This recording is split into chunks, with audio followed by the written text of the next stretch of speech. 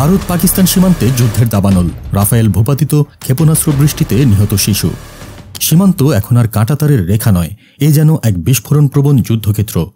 উপমহাদেশের দুই চিরপ্রতিদ্বন্দ্বী ভারত আর পাকিস্তান মুখোমুখি দাঁড়িয়ে গেছে ভয়ঙ্কর এক সংঘাতে। রাতের আকাশ কেঁপে উঠেছে মিসাইলের গর্জনে। জম্মু কাশ্মীর থেকে করাচি প্রতিটি কোণে বাজছে যুদ্ধের দামামা। পাকিস্তানের দাবি তারা ভারতের অত্যাধুনিক 5টি যুদ্ধবিমান ধ্বংস করেছে, যার মধ্যে ছিল সেই দুর্ধর্ষ রাফায়েল। আর এরই মধ্যে নিহত হয়েছে অন্তত 8 জন পাকিস্তানি নাগরিক, নারী, শিশু, সাধারণ মানুষ। ব্লুমবার্গকে দেওয়া সাক্ষাৎকারে পাকিস্তানের প্রতিরক্ষামন্ত্রী খাজা আসিফ একেবারে সোজাসাপটা জানিয়ে দিয়েছেন, যদি ভারত আগ্রাসন চালায় তাহলে জবাব হবে নির্মম। আলোচনার ডাক থাকলেও যুদ্ধ এলে পাকিস্তানও তৈরি। ভারতের মিসাইল হামলায় পাকিস্তানের 9টি স্থানে বিস্ফোরণ, কোটলি, মুজাফফরবাদ, বাগ, এমনকি 2টি মসজিদও ক্ষতিগ্রস্ত। একটি মসজিদে মারা গেছে এক শিশু।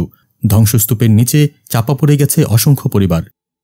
পাকিস্তান সেনাবাহিনী ISPR এর প্রধান ঘোষণা করেছেন, এই কাপুরুষোচিত হামলার জবাব শুরু হয়ে গেছে। আকাশ ও স্থল দুই দিকেই পাল্টা আঘাত চলছে। ভারতের সামরিক ঘাঁটিগুলো এখন তাদের নিশানায়।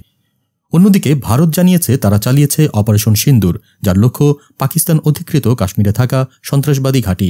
ভারতের ভাষায় এটি সামরিক নয়, বরং সন্ত্রাস বিরোধী অপারেশন। তবে বাস্তবতা বলছে অন্য কথা।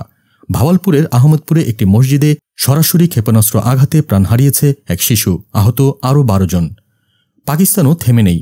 তারা দাবি করেছে তাদের প্রতিরক্ষা ব্যবস্থায় রাফায়েল সহ 5টি ভারতীয় যুদ্ধবিমান পতিত হয়েছে, যদিও ভারত এসব অস্বীকার করে চলেছে।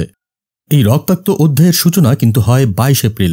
জম্মু কাশ্মীরের পেহেলগামে 26 জন ভারতীয় নাগরিক নিহত হন অজ্ঞাত বন্দুকধারীর হামলায়।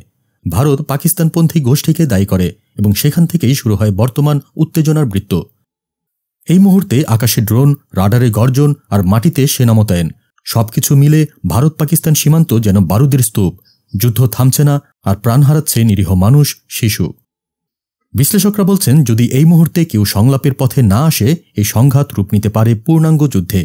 আর মনে রাখতে হবে, দুপক্ষই পরমাণু অস্ত্রধারী। ভয়াবহ ভবিষ্যতের ছায়া এখন গোটা অঞ্চলের মাথার ওপর। এই অবস্থায় আন্তর্জাতিক সম্প্রদায়ের দায়িত্ব এড়ানোর সুযোগ নেই। জাতিসংঘ, আঞ্চলিক জোট, সবাইকে এক্ষুনি মধ্যস্থতায় নামতে হবে।